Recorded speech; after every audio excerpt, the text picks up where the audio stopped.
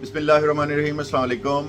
आज की वीडियो में मैं आपको आगाह करूंगा बांग्लादेश के बारे में कि बांग्लादेश में क्या हुआ। बहुत से हमारे नौजवान या बहुत से हमारे जो लोग हैं उनको असल हकीकत का पता नहीं है। थोड़ा सा पीछे भी जाऊंगा 1971 में जो हसीना वाजिद दौड़ी हैं अब मुल्क छोड़ के, उनके वालिद के बारे में भी थोड़ा सा बताऊंगा क्योंकि बांग्लादेश पाकिस्तान का हिस्सा ही था और 1971 में इंडिया की मुखालफत से बल्कि मुदाखलत से बांग्लादेश अलहदा हो गया और जो शेख हसीना के वालिद थे शेख मुजीब, उनको ये कहा जाता है कि वो जिस तरह हम कायद आज़म को अपना फाउंडर समझते हैं पाकिस्तान का, हालांकि बांग्लादेश और पाकिस्तान का फाउंडर जो है वो कायद आज़म ही थे, लेकिन अब उन्होंने अपना जो फाउंडर है वो शेख मुजीब को बना लिया था।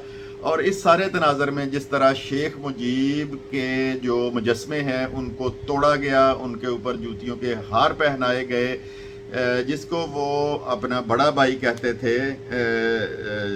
बांग्लादेशी जो हैं वो अपनी ज़ुबान में इसे बांगा बांधू कहते थे, यानी बांगा बांधू जो है वो बड़े भाई को कहा जाता है। क्या ऐसे मामलात बने कि जो उनका कायद आज़म है, बांग्लादेश का कायद आज़म है, उसको जूते मारे गए, जूतों के हार पहनाए गए, उनके मुजस्मे तोड़ दिए गए। तो इस बारे में बात करेंगे। हसीना वाजिद जो शेख मुजीब की बेटी थी वो तकरीबन 20 साल से हुक्मरान थी बांग्लादेश की, 15 साल पिछले लगातार और 5 साल की एक और उनका टर्न्योर था। खालदा ज़िया और ये हसीना वाजिद दो औरतों ही बांग्लादेश की हुक्मरानी में हुक्मरान थी। इनमें को एक थोड़ा सा दौर फौजी दौर भी आया था उस दौरान। तो ये दोनों औरतें जो हैं ये इसने तो शेख हसीना वाजिद तो 20 साल तक रही और 2 दफ़ा इक़्तिदार जो है वो खालदा ज़िया ने भी इंजॉय किया। और खालदा ज़िया भी एक फ़ौजी डिक्टेटर की बेटी थी, लेकिन हसीना वाजिद ने अब उनको 2017 से जेल में बंद किया हुआ था।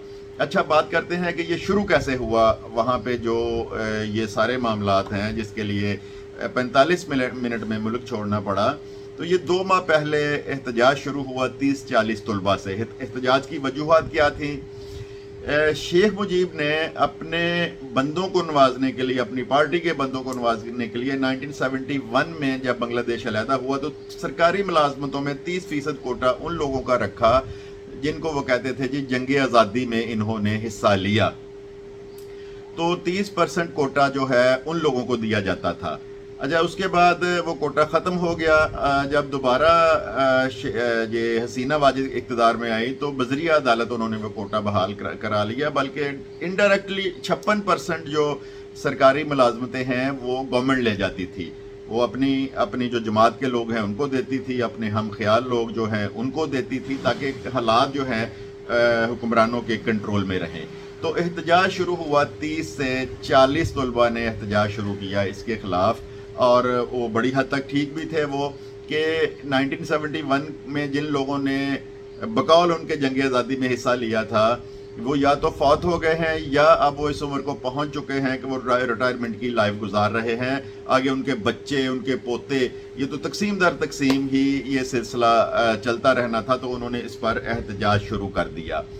तो हसीना वाजिद जिस तरह मिलिट्री डिक्टेटर होते हैं, इसी तरह 15 साल से ये सिविल डिक्टेटर थी। वो समझती थी कि जो मैं कहूँगी वो हरफ आखिर है। और उन्होंने जो पिछला इलेक्शन जीता है उसमें भी जो बांग्लादेश नेशनल पार्टी थी वो अलहदा हो गई थी इलेक्शन से, कि इलेक्शन कमीशन जो है वो सारे का सारा हसीना वाजिद का है, हमने इसमें हिस्सा नहीं लेना। तो इस तरह वो इलेक्शन करवा के जीत के फिर मुल्क की हुक्मरान बन गई थी। तो उन्होंने बज़ोरे डंडा, बज़ोरे पुलिस, बज़ोरे फौज उन तलबा को जो है दबाने की कोशिश की। उसमें से कुछ तलबा पुलिस की या फौज की गोलियों से मारे भी गए। उसके बाद ये एहतजाज बढ़ना शुरू हो गया। ये एहतजाज बढ़ते बढ़ते पूरे बांग्लादेश में फैल गया। बजाय इसके कि बैठ के हसीना वाजिद उनसे जो एहतजाज करने वाले लोग थे उनसे बैठ के बात करती, उन्होंने पुलिस को उतार लिया मैदान में, बख्तरबंद गाड़ियाँ उतार ली, फौज को इन्वॉल्व कर लिया और डंडे के ज़ोर से उन लोगों को पीछे धकेलने की कोशिश की। और उनको, ये हमारी अलमिया है, हमारी थर्ड वर्ल्ड कंट्रीज़ जो हैं जिसमें आपने देखा होगा श्रीलंका है, उसमें इंडिया है, उसमें पाकिस्तान है, उसमें बांग्लादेश है, کہ हुक्मरान जब देखते हैं कि कोई मुखालफ सियासी जमात जो है उनके मुकाबले आ रही है तो उन पर दहशत गर्दी का, मुल्क दुश्मनी का इल्ज़ाम लगा दिया जाता है। तो हसीना वाजिद ने भी यही किया, उन्होंने उन तलबा को दहशतगर्द करार दिया, रज़ाकार करार दिया। अब मैं रज़ाकार का थोड़ा सा बता देता हूँ आपको कि 1971 में जिन लोगों ने पाकिस्तान का साथ दिया था उसमें जमात इस्लामी सर फहरिस्त थी, जो जमात इस्लामी बांग्लादेश थी। तो जब मुल्क अलहदा हुआ तो शेख मुजीब ने उनको रज़ाकार का लक़ब दिया। रज़ाकार वो लोग थे जो उनकी नज़र में, जिन्होंने पाकिस्तानी फ़ौज का या पाकिस्तान का साथ दिया था, रज़ाकार को दूसरी ज़बान में वो दहशतगर्द करार देते थे। तो इन तलबा को भी उन्होंने दहशतगर्द और रज़ाकार किया और कहा कि इसके पीछे ISI है, इसके पीछे पाकिस्तान है। तो इस तरह की बातें करके उसको दबाने की कोशिश की।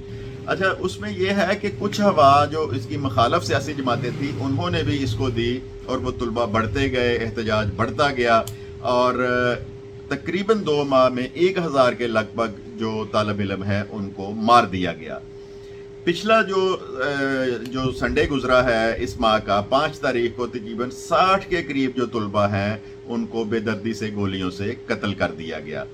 अच्छा, हालात फ़ौज और पुलिस के कंट्रोल से बाहर होते जा रहे थे, तादाद बढ़ती जा रही थी और किसी भी मुल्क की फ़ौज बहुत सोच समझ कर जो अपने अवाम होते हैं उन पर गोली चलाती है या उन पर जुल्म करती है। तो यही कुछ हुआ जब फ़ौजी सरबराह जो हैं उनके जनरल वक़ारुज़्ज़मा, उन्होंने देखा कि हालात कंट्रोल से बाहर हो रहे हैं तो उन्होंने हसीना वाजिद से कहा कि आप इस्तीफ़ा दें और मुल्क छोड़ दें। तो हसीना वाजिद ने इनकार कर दिया।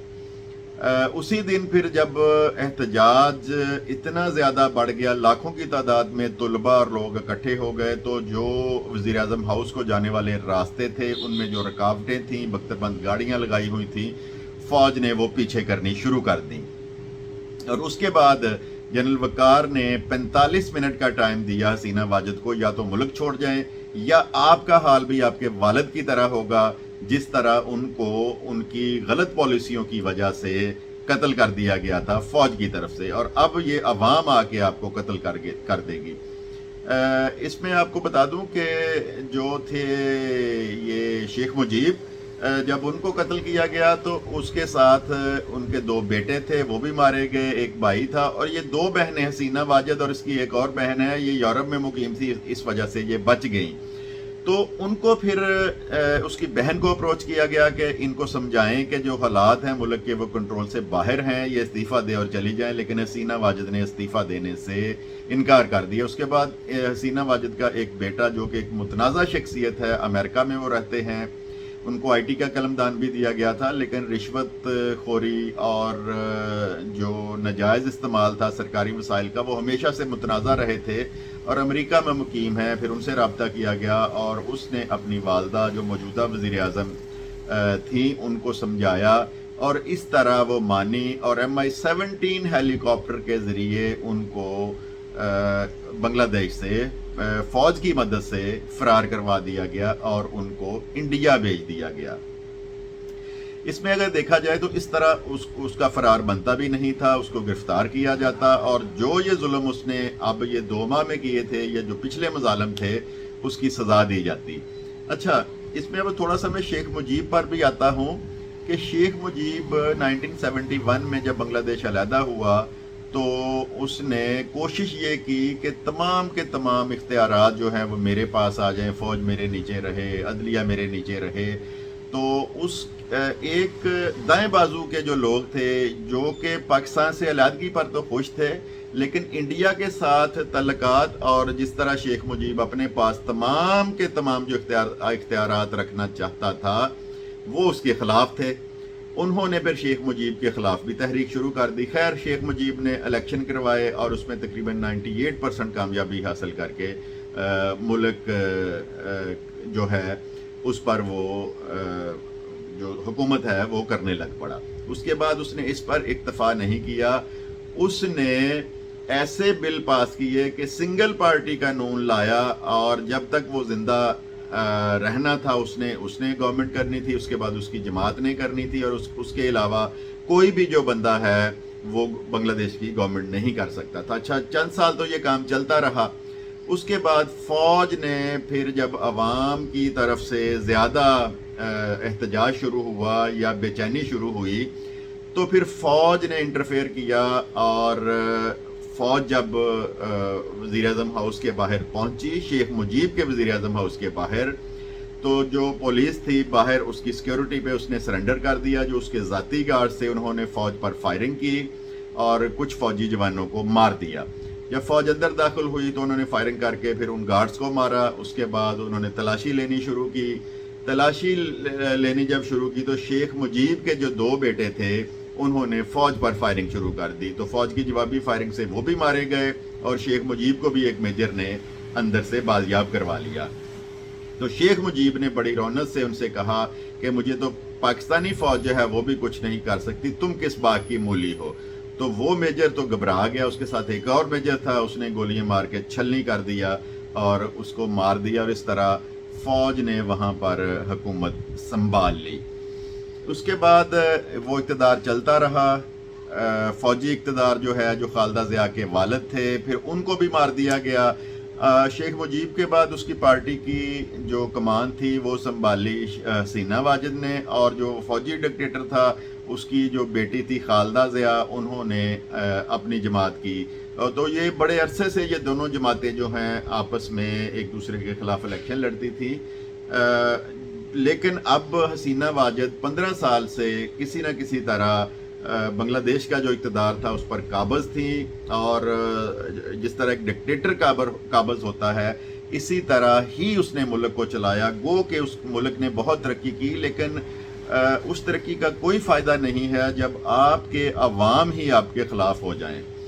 تو حسینہ واجد کے نکلنے کے بعد شام کو 5 بجے اس دن جو وقار الزماں ہیں جنرل فوج کے بنگلہ دیش کے، انہوں نے خطاب کیا اور طلباء سے اور عوام سے کہا کہ جو جو زیادتیاں ہوئی ہیں سب کو گرفتار کیا جائے گا، ان کو قرار واقعہ ہی سزا دی جائے گی۔ لیکن جس طرح فوج نے حسینہ واجد کو فرار کروایا تھا، جو طلباء تھے انہوں نے انکار کر دیا کہ ہمیں فوج کی زیر نگرانی بننے والی کوئی بھی حکومت جو ہے وہ قبول نہیں ہے۔ اور اس طرح جو انہوں نے ایک عبوری سیٹ اپ طلباء کی طرف سے اور عوام کی طرف سے دیا تھا، اب اس پر کام ہو رہا ہے۔ اس کے بعد الیکشن جب ہوں گے تو اقتدار تبدیل ہو کے عوام اور یہ طلباء جنہوں نے احتجاج کیا ہے ان کی منشا، ان کی مرضی کے مطابق وہ گورنمنٹ جو ہے وہ بنگلہ دیش کی جو ہے اس کے حوالے کر دی جائے گی۔ اچھا، 2017 سے خالدہ ضیاء کو قید کیا ہوا تھا جماعت اسلامی،